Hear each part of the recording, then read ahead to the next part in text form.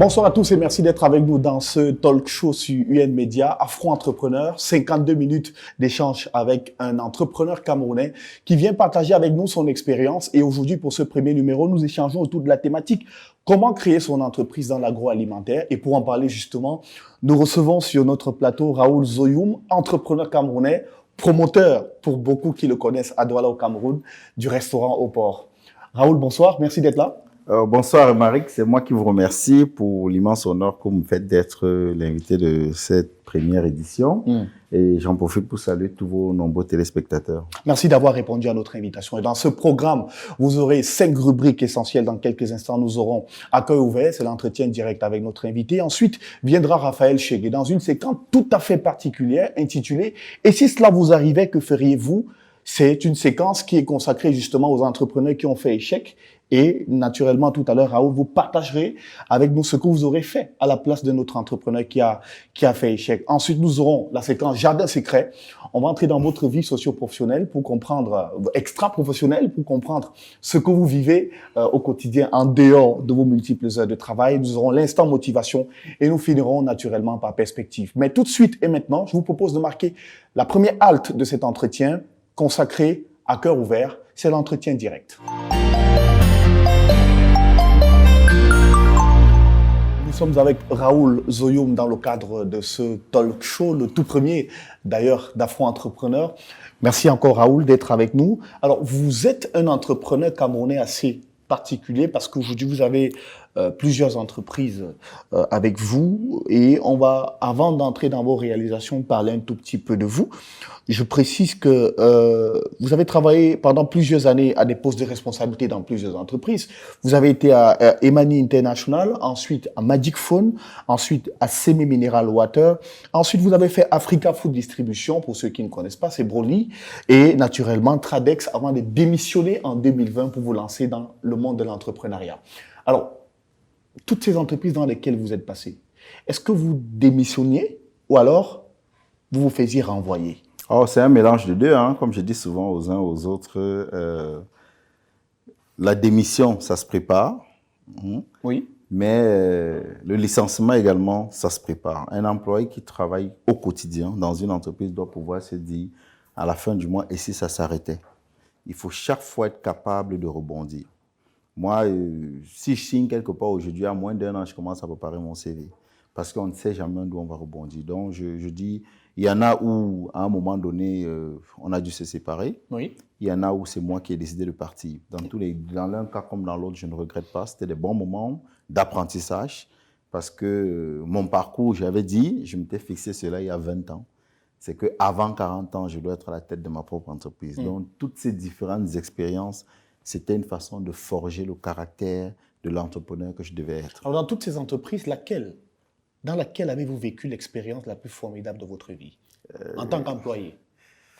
Je dirais Tradex. Tradex. Parce qu'au quotidien, on était animé par un meneur d'hommes exceptionnel, en l'occurrence, M. Péréal Nyodok.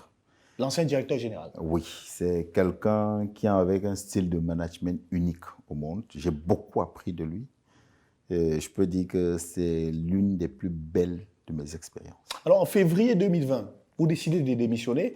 Je crois que c'est quelques temps, naturellement, quelques temps après le départ de Péréal. Tout à fait. Vous démissionnez pour vous lancer dans le monde de l'entrepreneuriat. Qu'est-ce qui vous a motivé à ce moment précis? Alors que vous viviez une expérience extraordinaire à Tradex, vous décidez de claquer la porte, vous abandonnez tout et vous entrez dans l'entrepreneuriat. Oh, le mentor n'était plus là aussi, hein. Il faut le dire. D'accord. Le mentor était parti en décembre, oui. À la suite d'un conseil d'administration. Et je prenais mes congés 1 mois après. Et pendant la période de mes congés, ça n'a cessé de bouillonner en moi. J'avais envie d'une nouvelle expérience. J'avais vraiment envie d'une nouvelle opportunité. Et pendant ce mois de congé, j'ai eu 2 offres. Il y a une entreprise sud-africaine qui voulait s'installer au Cameroun et qui m'avait proposé le poste de country manager. il y a une autre entreprise d'agroalimentaire qui m'a proposé le poste de directeur commercial. Oui. J'ai eu 1 mois pour réfléchir et j'ai demandé à ces différentes entreprises de me permettre de repartir, reprendre mon poste et de donner une réponse avant le 15 mars. Et quand je suis rentré, je pense plutôt que j'ai eu envie de me lancer. Et j'avais accumulé assez d'expérience et je me suis dit, il est temps de te mettre à ton propre compte. Et je pense que c'est en mars que je lance sur les réseaux sociaux, pour ceux qui l'ont vu, le projet au port, avec une levée de fonds qui a été exceptionnelle. Ça, je remercie énormément le public camerounais, tous les différents internautes, tous ceux qui s'y sont intéressés, ceux qui ont partagé la vidéo. C'était un moment unique. Je découvrais le crowdfunding. Aujourd'hui, j'accompagne d'autres personnes dans le levée de fonds parce que j'ai beaucoup appris de cela et le projet marche très bien. Eh bien, nous sommes à 1 an, jour pour jour, que vous avez lancé le projet au port. Mais dans le secteur de l'agroalimentaire, puisque c'est un peu la thématique que nous avons aujourd'hui, comment créer son entreprise dans l'agroalimentaire, en 1 an, vous avez réussi non seulement à construire le label au port, à le rendre assez crédible, puisque désormais c'est la référence à Douala pour toutes les personnes qui viennent du Cameroun. Tout le monde veut aller bouffer un peu de méchoui de porc dans votre restaurant. Comment on fait pour lancer un projet dans le secteur de l'agroalimentaire et avoir des résultats en si peu de temps, pour ceux qui nous suivent à la maison? Là, il n'y a pas un canevas précis, mais je vais dire, la première chose à faire, c'est d'identifier un besoin. Lorsque vous voulez lancer un projet, quel que soit le domaine, il faut que votre projet réponde à un besoin. La viande de porc se consommait déjà très bien au Cameroun. J'ai fait des études de marché et je pense qu'avec les statistiques que j'ai reçues du Minepia, à Yaoundé simplement, il y avait 250 têtes de porc qui étaient abattues tous les matins. Juste à Yaoundé? Douala, plus de 300. Oui. Quand vous prenez ces statistiques, vous vous rendez compte qu'il y a une véritable demande quotidienne. Cependant, l'essentiel de cette viande était vendu en bordure de route dans des conditions hygiéniques assez exécrables. Je me suis dit, est-ce qu'il n'est pas possible d'offrir aux amateurs de la viande de porc un cadre idéal, sain, propre, propice à la consommation de cette viande? Surtout qu'on sait que le porc est un animal un peu sale. Voilà. Non, ça c'est ce qu'on dit, mais c'est pas la vérité dans le cas. Par contre, si vous étudiez le porc, vous allez comprendre que le porc est un animal très propre. Si vous voyez un porc sale, sachez que l'éleveur qui l'élève est lui-même sale. D'accord. Voilà. Globalement, voilà comment je me suis intéressé à l'élevage d'abord du porc. J'ai lancé une ferme agricole rapidement. J'ai choisi des races et des souches sur le plan génétique qui pouvaient nous permettre un engraissement qui pourrait répondre à nos demandes de consommation avec un niveau de graisse assez maîtrisé. Nous avons choisi la souche Large White, le Neymar également pour sa capacité reproductrice, le Piétrin, le Landrace, qui sont des races qui résistent aux différentes maladies. Voilà comment, sur le plan de la génétique, on a sélectionné des truies et on a fait des croisements, on a réussi à avoir un certain cheptel qui pouvait répondre à la demande dès le début. Et dès le lancement, on était à moins à 3, à 4, 5 porcs parfois, certains week-ends de vente journalière. C'était une réussite, on ne va pas se glorifier, on va dire merci à tous ces différents amateurs, à tous ces clients qui au quotidien nous font confiance.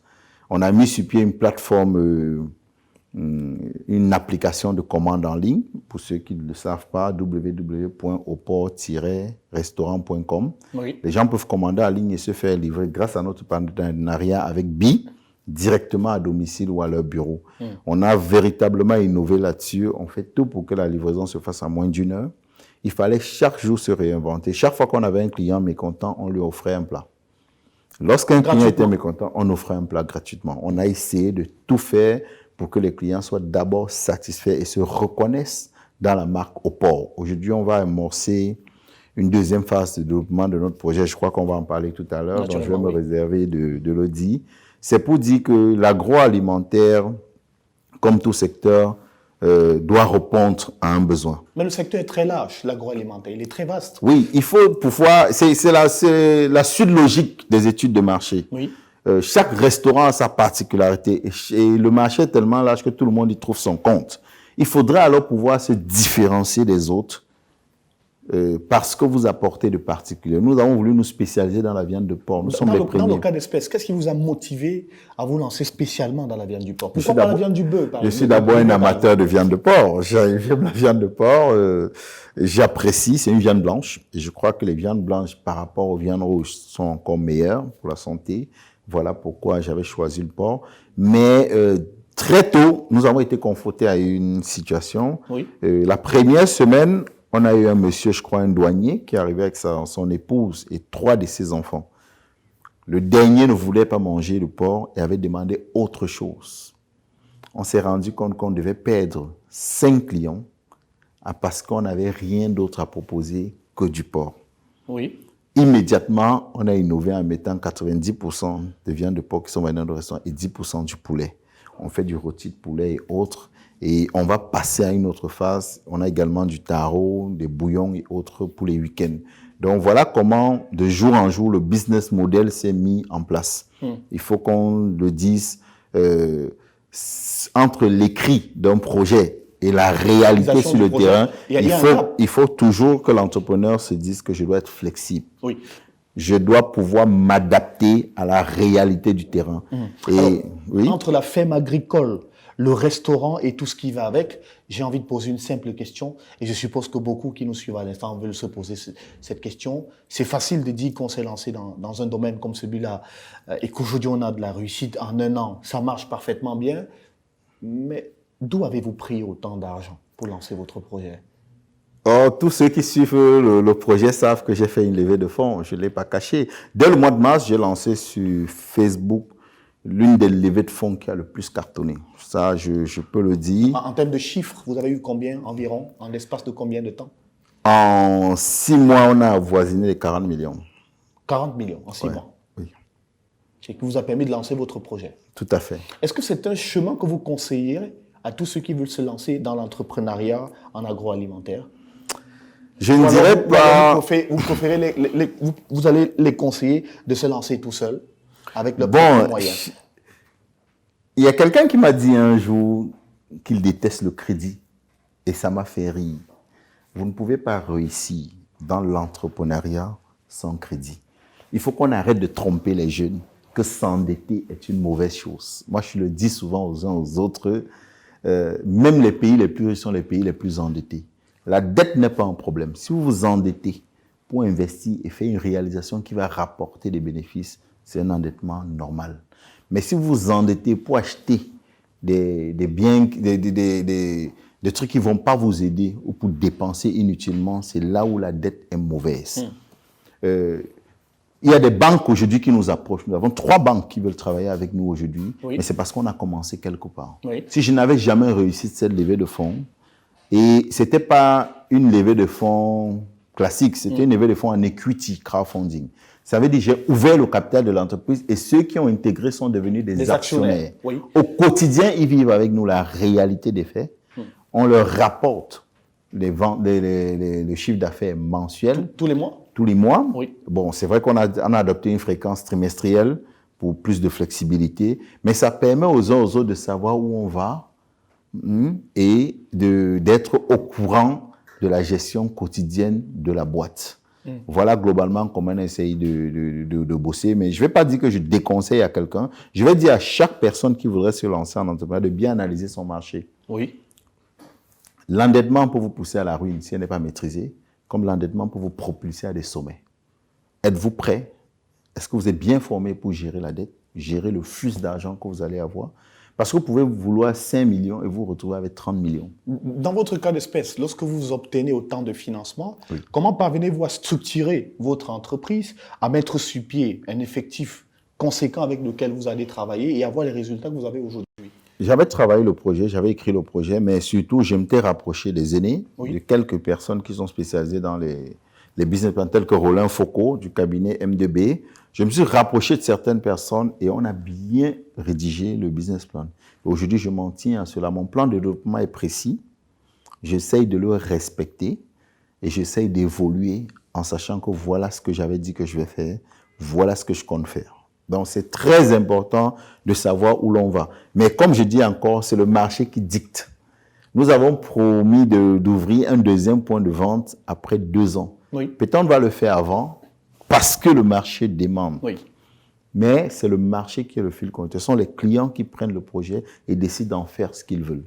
Aujourd'hui, ils nous font confiance. Il faudrait que nous également, à notre niveau, nous puissions leur redonner cette confiance. Et quelle est la place du digital dans le fonctionnement de votre entreprise?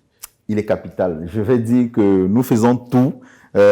Aujourd'hui, notre communication est globalement sur Facebook, oui, sur les réseaux sociaux, que ce soit WhatsApp, Facebook et par SMS. Nous avons une communication assez agressive. Tous les jours, nous faisons l'effort de maintenir notre clientèle à travers les photos, les vidéos de nos plats. Chaque personne qui se rend dans notre restaurant et qui voudrait garder un souvenir, nous faisons des photos et que nous publions. Et nous faisons en sorte que les gens s'identifient au restaurant, vivent une expérience client unique, passent un moment agréable lors de leur séjour au restaurant. Et chaque fois qu'il y a quelque chose qui n'a pas plu à un client, nous souhaitons qu'ils nous écrivent sur WhatsApp ou sur notre plateforme, qu'ils nous laissent un mot pour que nous nous améliorons. Parce que nous disons, ce n'est plus notre projet, c'est le leur. Alors, la restauration qui est un domaine d'activité assez délicat dans l'univers de l'entrepreneuriat, notamment dans le secteur de l'agroalimentaire, comment réussissez-vous à satisfaire la plupart des clients qui, pour la plupart, ont des goûts différents? Comment réussir à produire plusieurs plats de nourriture par jour pour des personnes qui viennent consommer de la viande du porc et qui peuvent apprécier de quelconque manière? Comment faites-vous cela? C'est assez délicat déjà, il faut le dire. Nous avons des plats, et c'est au choix du client. Nous pouvons décider de faire la viande un peu saignante ou sec, selon les besoins du client. Nous avons une sauce spéciale, nous avons une façon de cuisiner qui est déjà aimée par 90% de nos clients. On ne va jamais dire 100%. On a des retours parfois négatifs, des personnes qui, sur le même plat, l'un apprécie et pas l'autre, c'est difficile. Oui. Vous demandez à la personne pourquoi, il te dit ça me plaît pas, c'était ceci, cela. Et lorsque nous demandons qu'est-ce qu'il attendait, il le dit, on peut offrir un deuxième plat et c'est comme ça qu'on gagne la confiance du client en même temps. Mais je veux dire que l'agroalimentaire est un secteur assez délicat. Tous ceux qui veulent s'y lancer, surtout la restauration. Pourquoi? C'est que les goûts et les couleurs ne se discutent pas. Il est difficile parfois de convaincre quelqu'un sur votre plat alors qu'il ne voudrait pas. Donc c'est assez compliqué parce que les êtres humains sont uniques. Mais nous nous efforçons de rester dans la barre de plus de 90% de satisfaction. Et on essaye de se battre et à s'améliorer. Déjà que nous avons innové, nous utilisons des ingrédients tels que le sel de pâte. Ce sont pour cuisiner, ça veut dire qu'on cuisine sans sel et sans cube surtout. Le sel est très réduit, mais sans cube. Pourquoi ce choix? Oui, c'était déjà il est assez osé quand même. Oui, il est assez osé, c'est vrai, et assez coûteux, déjà il faut le dire, mais on voulait donner la chance à tous ceux qui n'aiment pas les produits à base de cubes, les repas à base de cubes, de pouvoir trouver leur compte dans notre restaurant. Déjà que je viens d'une famille où j'ai beaucoup de diabétiques et d'hypertendus, donc je sais ce que c'est que de manger sainement. Donc j'ai voulu pousser également cela dans la restauration, dans ce que je fais aujourd'hui, d'offrir à nos clients un repas sain. Alors l'une des choses... Sur la qualité de la nourriture, je leur ai dit ce que j'attendais d'eux et où est-ce que je voudrais qu'on aille. Et que si chaque point si je respecte mon business plan et que des points sont ouverts, c'est eux qui deviendront des chefs cuisiniers dans ce point après le temps qu'ils auront mis avec moi. J'ai su leur partager cette vision-là. Les difficultés sont énormes. Comme je disais, il y a au niveau de la qualité du personnel qu'il faut trouver et former. Il y a l'administration. Il a fallu que je lance le restaurant pour comprendre que toutes les administrations sont concernées par le restaurant, jusqu'au ministère du Tourisme. J'ai reçu tellement d'amendes, je vous assure, à un moment donné, vous avez envie de fermer. Oui. Vous dites que, mais attendez, monsieur, je ne peux pas employer 19 personnes et vous venez me traiter comme si c'était la blague. Il y a tous ces gens sont immatriculés à la CNPS. J'ai pris une assurance à Activa Assurance, l'assurance que accident, parce que je me dis qu'il peut y avoir un accident de cuisine. Tous mes employés ont des comptes bancaires. J'essaye de me battre pour leur virer de l'argent dans des comptes bancaires pour qu'il y ait une traçabilité dans la gestion. Quand vous vous réveillez un matin, c'est la mairie qui est passée pour ceci, c'est le ministère du Tourisme qui est venu, c'est le ministère de l'Agriculture, c'est le ministère de l'Élevage qui est venu demander tel truc sanitaire. C'est vrai. On doit devoir avoir tous ces documents, Oui. mais la pression déjà fiscale est telle que je demande parfois à l'administration de laisser un temps aux entrepreneurs qui viennent de démarrer. À peine vous ouvrez la pression fiscale veut rapidement... On se demande, est-ce qu'il n'est pas possible de laisser 2 ans, par exemple, voire plus, aux entrepreneurs avant de pouvoir mettre en place certaines choses. Bon, nous, par contre, on avait fait des levées de fonds. Il était possible de faire face à tout cela. Oui. Mais je me pose la question, comment font d'autres les personnes? autres. Et ça, c'est une difficulté à laquelle plusieurs entrepreneurs sont confrontés, pas seulement en Afrique, même sur le plan international. Je propose, Raoul Zoyoum, que nous marquions l'une des pauses de cette émission pour entrer dans la séquence. Et si cela vous arrivait, que feriez-vous? On accueille Raphaël Chegué dans quelques instants.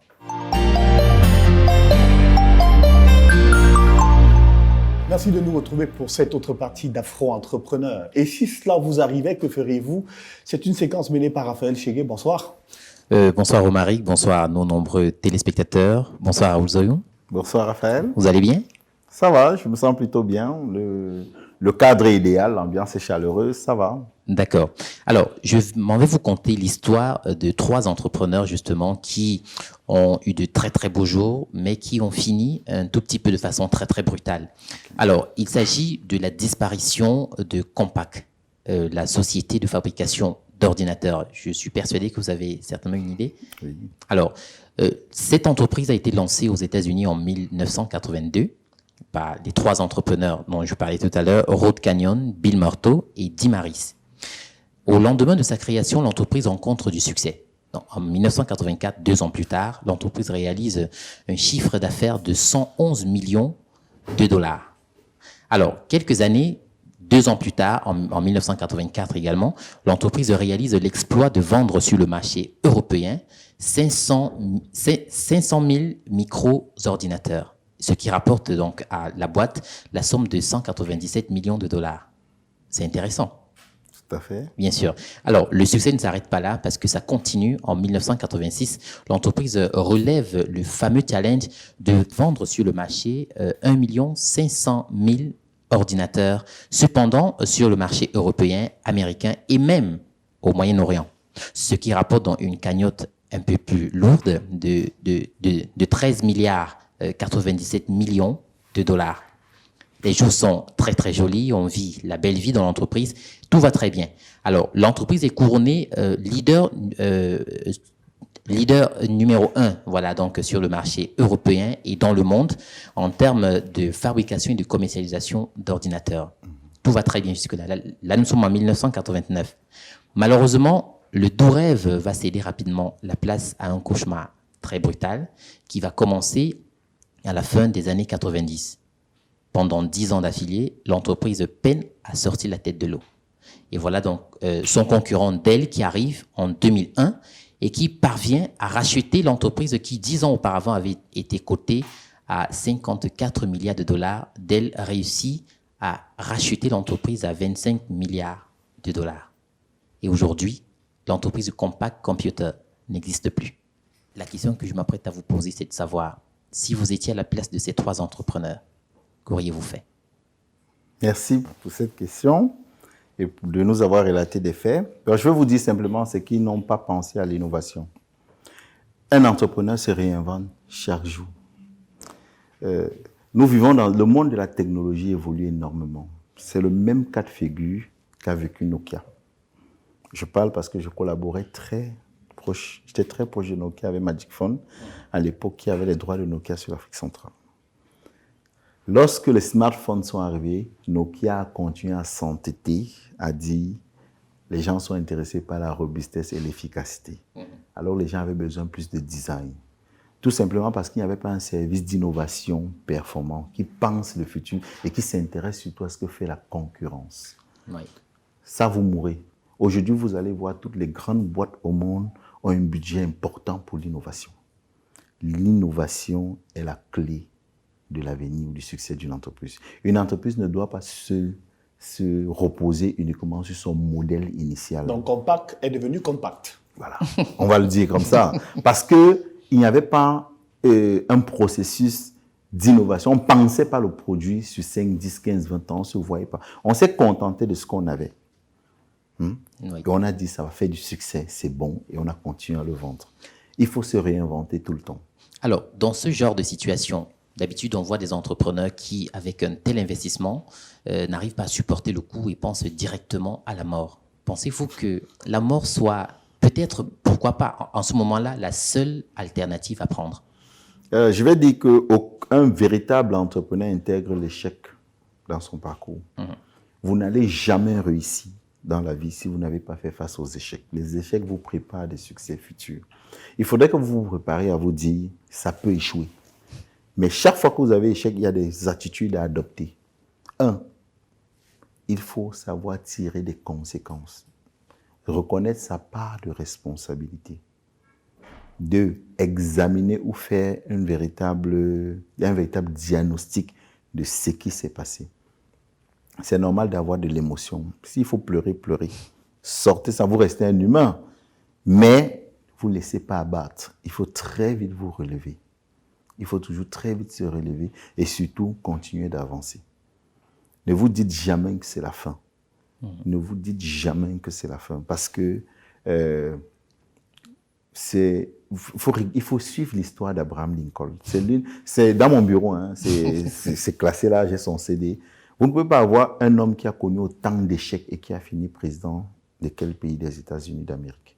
Il a presque tout perdu, le mariage, disons. Mais il a fini président des États-Unis parce qu'il n'a jamais abandonné.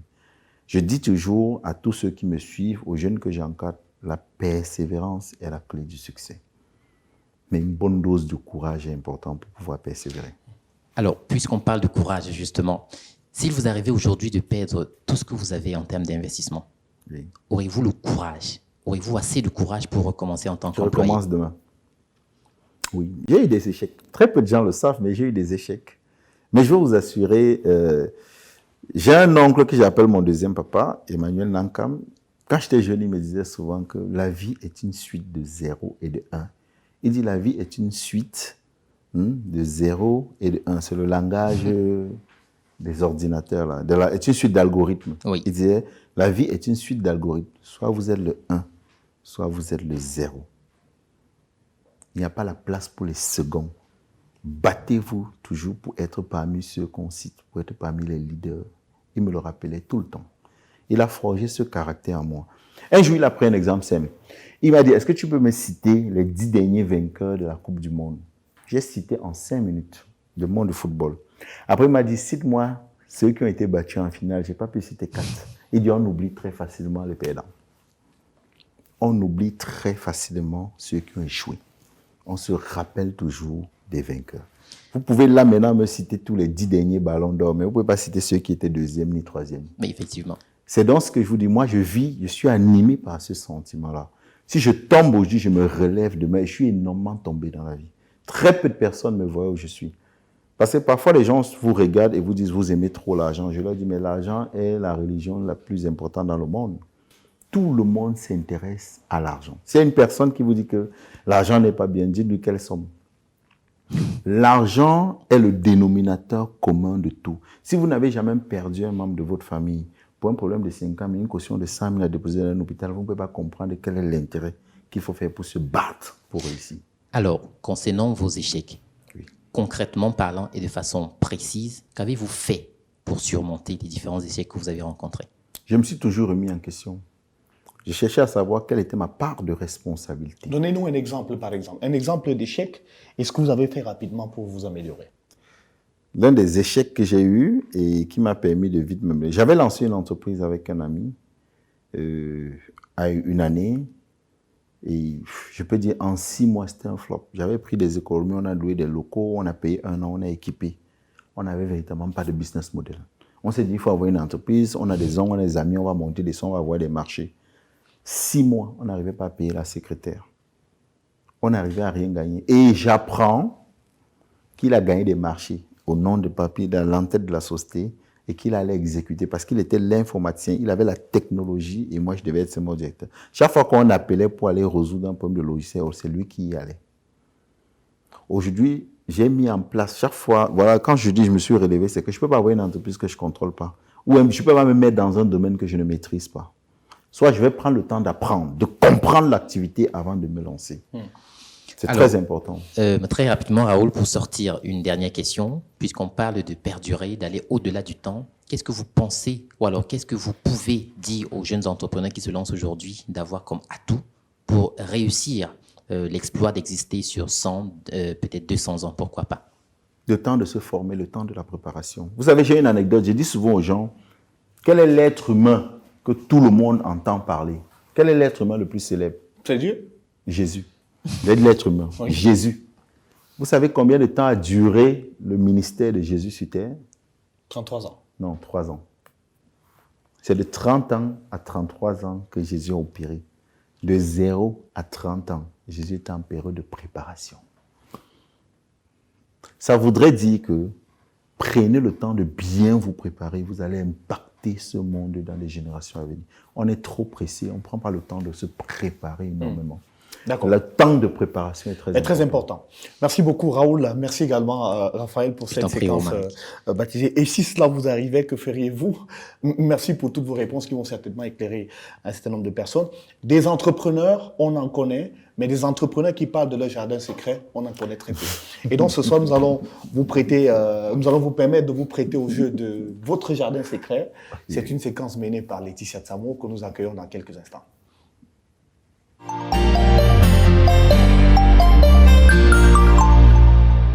Laetitia Tsamo, bonsoir. Bonsoir. Merci d'être là. Nous sommes dans la séquence intitulée Jardin secret avec notre invité Raoul Zoyou. Tout à fait. Alors bonsoir à vous, monsieur Raoul Zoyou. Bonsoir On Laetitia. va directement entrer dans votre jardin secret. Alors parlez-nous de votre enfance. C'est l'enfance d'un globe-trotteur à l'intérieur du Cameroun, je peux le dire. Je suis issu d'une famille très modeste. Mon papa était fonctionnaire, officier de police judiciaire et sous-officier gendarmerie, était commandant de brigade. Et je ne sais pas si je vais dire c'était un bonheur ou un malheur, mais il était affecté presque tous les 2-3 ans. Et que ce soit l'extrême nord, la Damawa, le littoral, le sud-ouest, le nord-ouest, l'ouest, où on a visité presque tous les départements. On a beaucoup voyagé, ce qui fait en sorte que je n'ai pas pu garder de contact réel, surtout qu'il n'y avait pas la nouvelle technologie qu'il y a maintenant, avec des jeunes de mon enfance. Certains me reconnaissent parfois sur les réseaux sociaux, ils me disent qu'on a fait la 6e ensemble, mais c'est très difficile pour moi de me rappeler parce que c'est jusqu'en 3e qu'on a pu se stabiliser quelque part où je suis arrivé à l'internat au secondaire et que j'ai pu me faire des amis.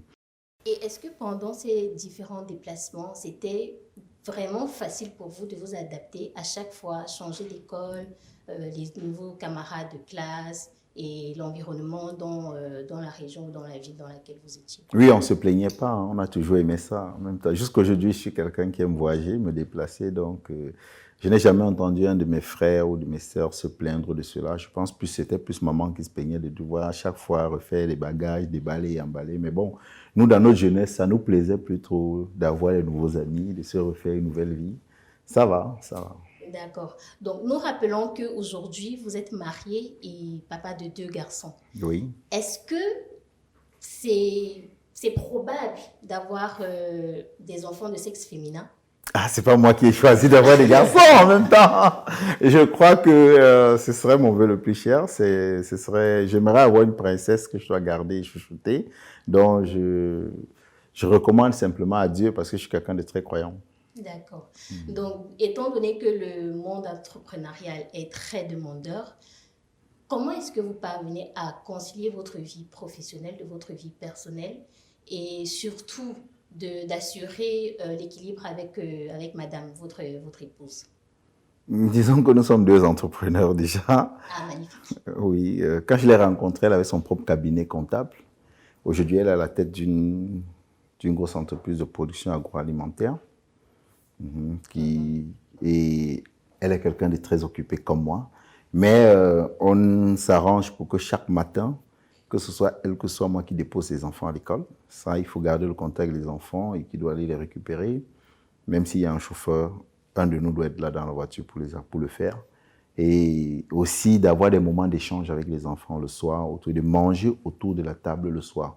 Ça, il faut savoir cadrer cela. Sinon, à un moment donné, on va perdre même l'éducation des enfants. Ça fait en sorte qu'on a un moment, parfois le dimanche, quel que soit ce qui arrive, je refuse qu'on m'appelle pour le boulot. Je prends du temps pour le consacrer à ma famille, de manger en famille.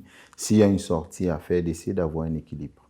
Genre, quel genre de sortie exactement? Non, ça peut être des sorties où on décide d'aller manger au restaurant, d'aller rendre visite à une famille, de rester même ensemble, la famille, d'avoir notre propre vie familiale, ainsi de suite. Pour l'instant, ça se passe bien. On ne se plaint pas l'un l'autre et ça va.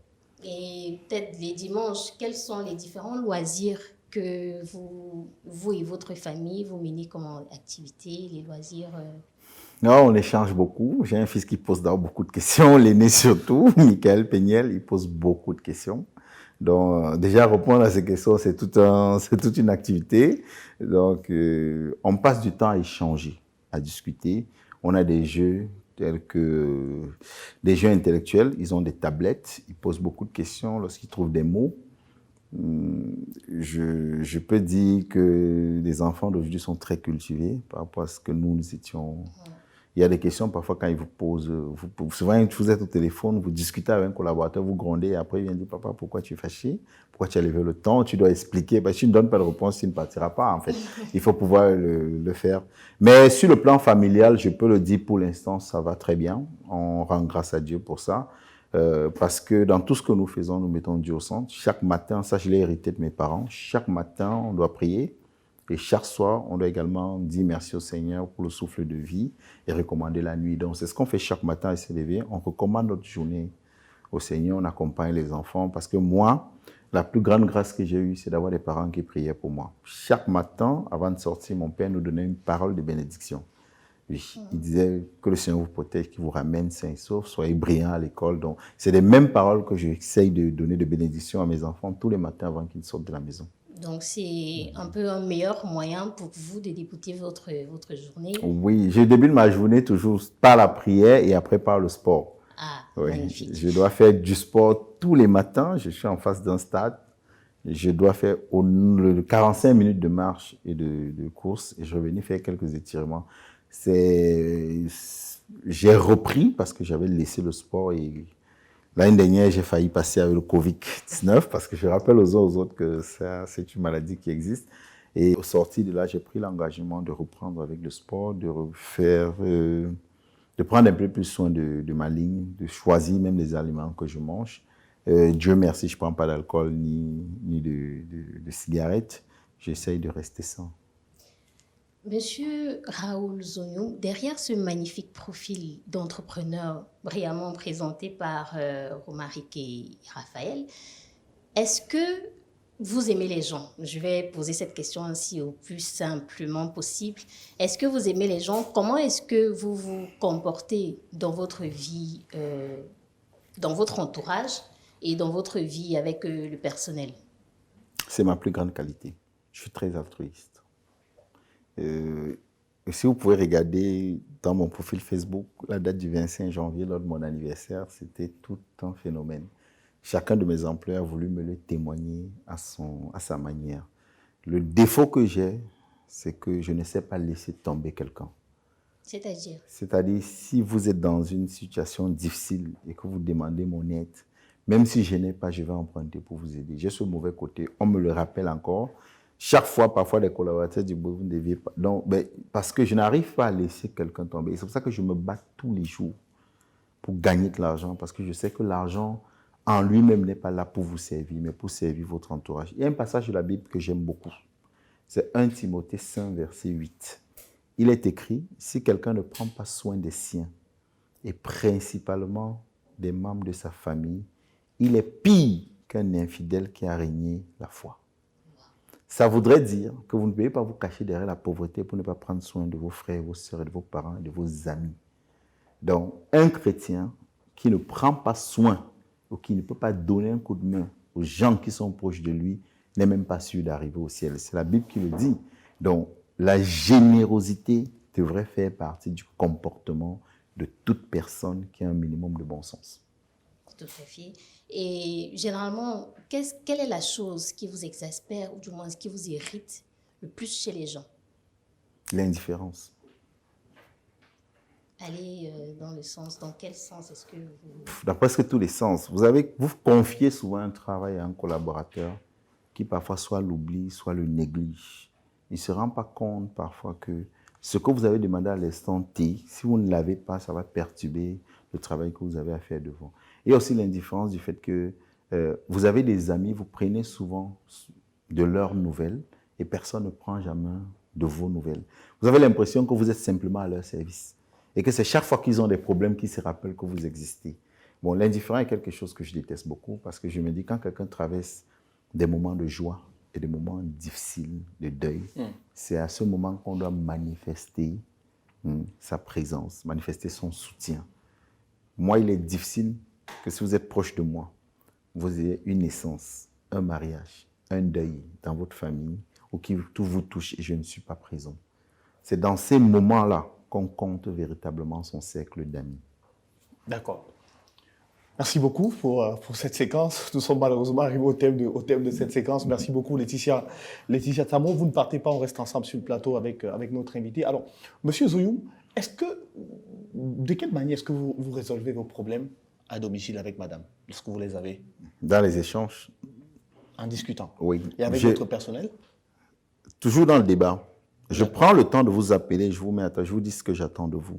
D'accord. Ce que je vous reproche, parce que c'est comme ça que moi on m'a éduqué. Partout où je suis passé, je pense que le meilleur moyen d'aborder les problèmes, c'est d'en parler. C'est de dire à l'autre, voilà ce que je te reproche, voilà ce que j'attends de toi. Et si la personne persiste, c'est là où vous prenez une décision. Et avec vos équipes, tout se passe bien? Pour l'instant, tout se passe bien. Je suis difficilement un père fouettard. Donc, je laisse le soin à chacun de sortir le meilleur de lui. D'accord. Pour moi, je dis, on n'impose pas ou on ne dit pas ce qu'il faut faire à un adulte. On dit ce qu'on attend de lui et on laisse son génie créateur se manifester. Je propose que nous découvrions ici et maintenant, dans quelques instants, juste après cette transition, notre instant motivation, basé autour du thème comment booster ses équipes et ses effectifs. C'est tout de suite.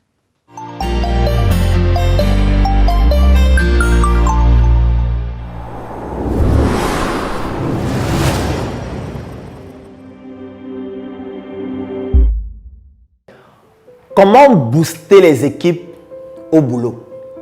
Si vous avez une entreprise et vous vous posez la question qui est celle de savoir comment booster mes équipes, ça veut dire que le problème, c'est vous.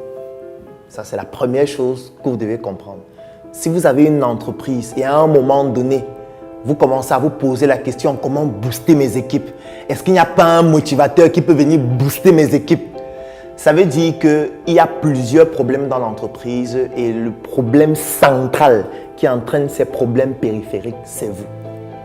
Ce que vous devez retenir, c'est le fait que si dans votre entreprise, vous avez une seule ressource humaine qui ne travaille pas de manière optimale à atteindre les objectifs de l'entreprise, le problème, c'est vous. Ce n'est pas cette ressource-là.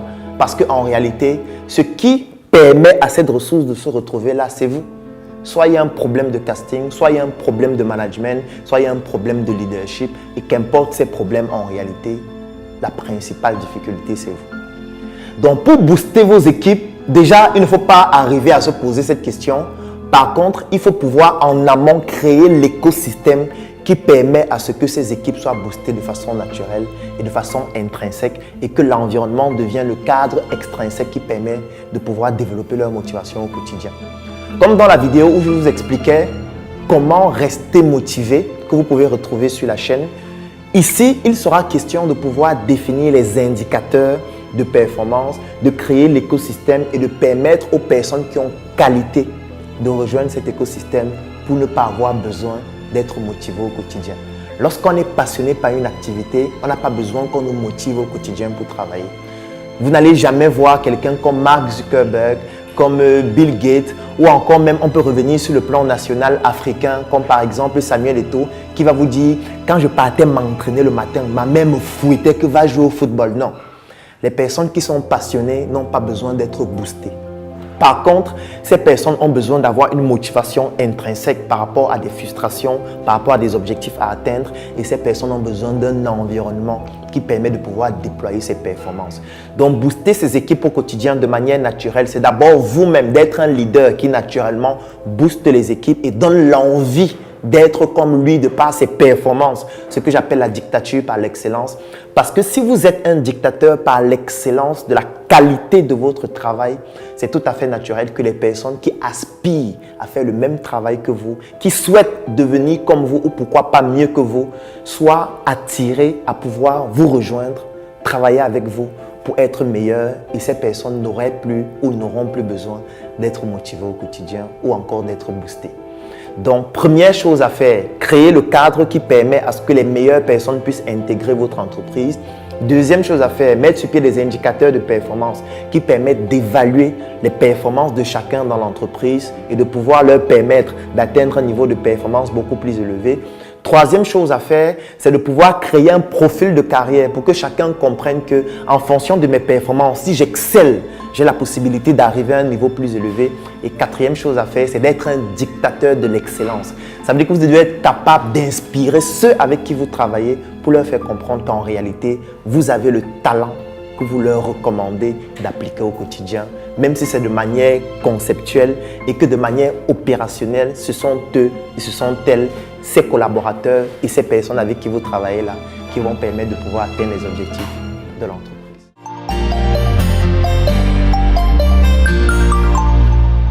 L'entente avec les équipes est naturellement un management assez proche de ses effectifs. C'est ce qu'il faut également retenir de ces instants motivation qui permettent justement, durant cette émission, de vous présenter les différentes facettes que vous pouvez rencontrer dans l'entrepreneuriat. Question de mieux vous développer et mieux vous booster. Dans quelques instants seulement, nous échangerons avec notre invité dans la suite de cet entretien sur les perspectives de ses projets. C'est tout de suite.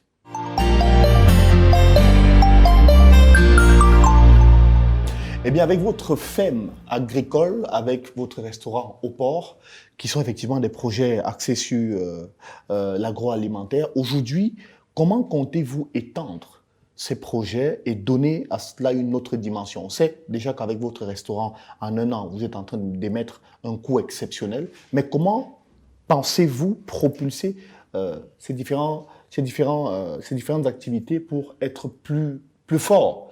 Et peut-être, pourquoi pas devenir un géant McDonald's africain? Est-ce que vous y pensez? Oui, une entreprise qui ne pense pas de développement est appelée à mourir. Il faut innover et surtout avoir un plan de développement précis. L'une des clés de la réussite de notre projet, c'est qu'on a une visée sur un minimum de 10 ans. On sait où on va. Et à l'horizon 2022, nous aurons 3 restaurants dans la ville de Douala déjà.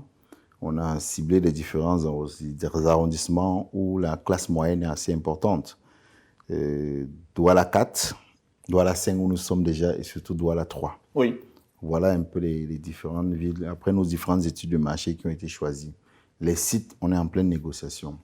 La ferme déjà, on va doubler notre capacité de production. C'est d'arriver à une capacité de 700 à 1000 lapins et l'apéro. Sur les porcs, on est en train d'avoir environ 3700 à 4000 têtes de porc. Les poulets, c'est d'arriver à un cycle de 15 000 poulets de chair par cycle. Et les pondeuses et autres. En termes de production de poissons tilapia et carpe, c'est de réussir à atteindre dans 2 ans une capacité de 100 tonnes par cycle.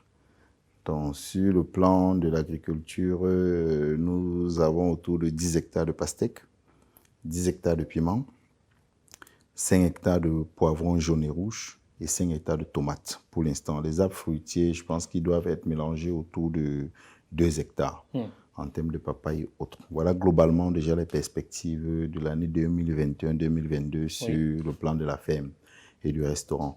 Maintenant, on ne va pas s'arrêter là. Nous avons déjà commencé la transformation de nos du premier cycle d'ananas avec des jus d'ananas que nous avons mis sur le marché. D'ailleurs, je vais vous en offrir quelques-uns sur Romaric. Voilà notre marque de jus naturel qui s'appelle Ranzo Joyce. Et là, c'est également ananas. C'est juste pressé. Ce sont des jus. Ce sont des jus sans additifs ni produits chimiques. Ils sont biologiques. Et voilà également le jus de baobab, Laetitia, ça c'est pour toi. Voilà également notre jus de baobab. Ben, le Père Noël est arrivé chez nous. Bon, ben, je- Et comme nous sommes dans la séance des dons, je vais finaliser également. Bon, voilà le nouveau packaging de livraison Oui. pour notre restaurant au port, pour les D'accord. livraisons en ligne que nous vous offrons également. Encore pour moi. Oui. Et là, voilà l'autre. Restaurant fast-food. Oui. Parce que tout est bon dans le cochon. Oui, tout est bon dans le cochon, rien ne se perd. Toutes les parties du porc sont mangeables.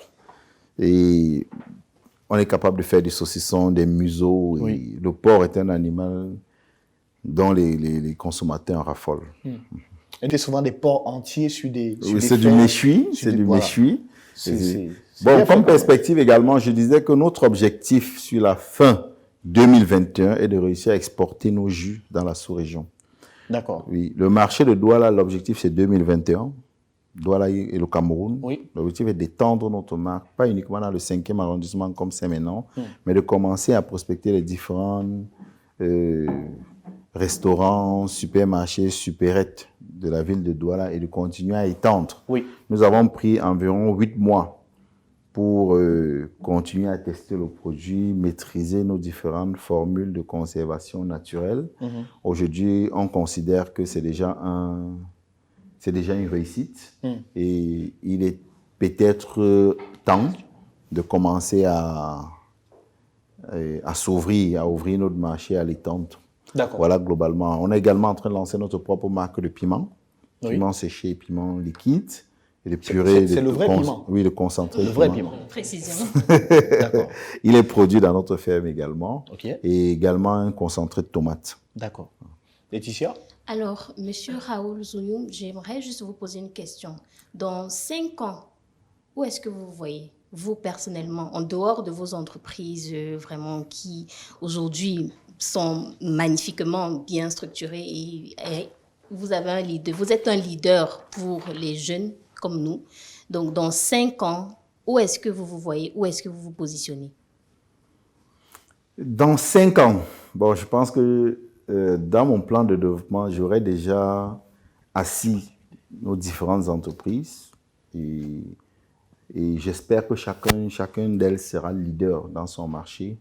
Et je voudrais passer la main pour chacune des entreprises, avoir un directeur pour rester uniquement dans la holding et contrôler, me donner un nouveau challenge qui est celui du partage du savoir. Parce que l'espace qui est dans ma ferme, je voudrais mettre sur pied une école d'excellence agricole où je vais partager le savoir uniquement dans la culture bio, sans engrais chimiques. Donc, je voudrais partager mon expérience. C'est pour ça que je suis en train de m'inscrire en cycle de doctorat pour pouvoir dispenser le savoir que j'ai aux différents étudiants qui viendront. Alors, Raoul, vous faites bien de dire que vous souhaitez partager votre expérience. Quel peut être le souhait, s'il vous était demandé de faire un souhait pour l'entrepreneuriat camerounais, qu'est-ce que vous pouvez souhaiter à tous ces jeunes qui cherchent à se lancer? Mon souhait est de davantage se former, d'être préparé à la rivalité, d'être préparé à la concurrence. Nous vivons dans un écosystème ouvert. Il faut qu'on le sache, les frontières sont ouvertes. Les multinationales nous envoient énormément leurs produits. Pour faire face à cette concurrence, il faut être prêt. Il faut d'abord armé mentalement, armé financièrement, et avant d'être armé intellectuellement. Surtout quand on est une PME. Oui, parce qu'il faut comprendre le marché, il faut avoir des valeurs intrinsèques qu'on est capable de défendre. Le marché est violent, j'aime parfois le dire. Il est violent, c'est à la vie parfois comme à la mort avec les entreprises. Il n'y a pas de pitié dans le business. Ces multinationales n'ont que faire de nous. Il n'y a pas d'amitié entre les États, il n'y a que d'intérêt. Celui qui veut se lancer dans le boulot, dans l'entrepreneuriat, doit se dire que l'entrepreneuriat, c'est une guerre. Je vais en guerre. Soit je passe, soit je meurs. D'accord. Merci beaucoup, Raoul. On s'est dit qu'on va mettre un thème à cet entretien. Notre souhait pour vous, c'est que toutes vos activités continuent de prospérer, notamment votre restaurant au port, votre fast-food, qui est ce restaurant justement, votre ferme agricole, votre agence marketing digital et votre entreprise de dropshipping. Ce que ce que nous souhaitons pour vous, c'est que vous évoluez, que vous prospériez et que vous soyez effectivement un grand bâtisseur de demain.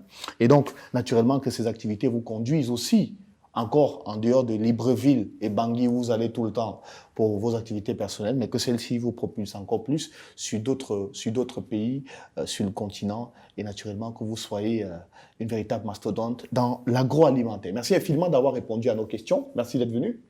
Ah, c'est moi qui vous remercie. C'était une 50aine de minutes agréables. Je ne me suis pas ennuyé. Il y aura peut-être d'autres occasions pour mieux encore expliquer tout ce qu'on n'a pas pu se dire aujourd'hui. J'espère juste que j'ai pu apporter ma modeste expérience, mes modestes conseils à tous les différents entrepreneurs camerounais. Et je dis aux uns aux autres, ça ne fait que commencer. On a beaucoup de choses à faire ensemble. Il y a beaucoup de challenges. Le marché est grandement ouvert. N'hésitez pas à vouloir vous lancer dans l'entrepreneuriat. C'est passionnant, c'est exaltant. Et n'ayez pas peur des défis. N'ayez pas peur des difficultés. Dites-vous plutôt que ce sont des défis, ce sont des challenges. Et quand vous avez un mindset de lion, vous êtes appelé à faire face aux défis au quotidien. N'hésitez pas également à contacter Raoul Zoyoum pour prendre les secrets sur comment lancer son activité dans le secteur de l'agroalimentaire et avoir autant de résultats en une seule année. C'est un véritable challenge et c'est un challenge réussi, je pense. Merci infiniment encore. Merci. Merci Laetitia Tsamo. Merci à vous. On se retrouve la semaine prochaine avec un autre invité. Merci aussi Raphaël Chégué. Merci Romaric, merci également à notre invité. Merci à vous de nous avoir suivis. C'est la fin de ce programme, c'est la fin d'Afro Entrepreneur. Ce talk show qui vous permettra chaque semaine de découvrir un entrepreneur camerounais ou africain qui racontera sur ce plateau son expérience et avec qui nous débattrons autour d'un thème essentiel. Merci à toute l'équipe technique conduite par Baudouin Talon qui a travaillé autour de cette émission. On se retrouve bientôt avec un autre invité. Prenez soin de vous. Au revoir.